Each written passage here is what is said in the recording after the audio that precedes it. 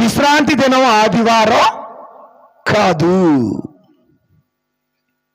మనం చాలా మంది పొరపడతాం. పాత నిబంధన గ్రంథం ప్రకారం మొదటి రోజు ఆదివారం, రెండవ రోజు ఇట్లా చూసుకుంటూ వస్తే చివరి రోజు 7వ వారం శనివారం 7వ రోజు విశ్రాంతి దినం. సో శనివారం అనేది విశ్రాంతి దినం, గుర్తుపెట్టుకోండి.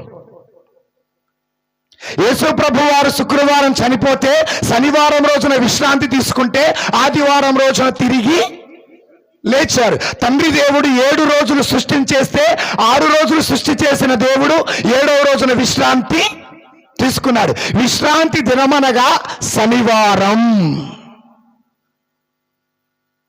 అంటే మీరు విశ్రాంతి దినం అంటే ఫాదర్ గారండి, మరి ఆదివారం నుండి శనివారం వరకు స్కూల్ ఉంటుంది, కాలేజ్ ఉంటుంది, పని ఉంటుంది కదయ్యా, అందుకే ఆదివారం సెలవు కాబట్టి మాకందరికీ ఏ దినం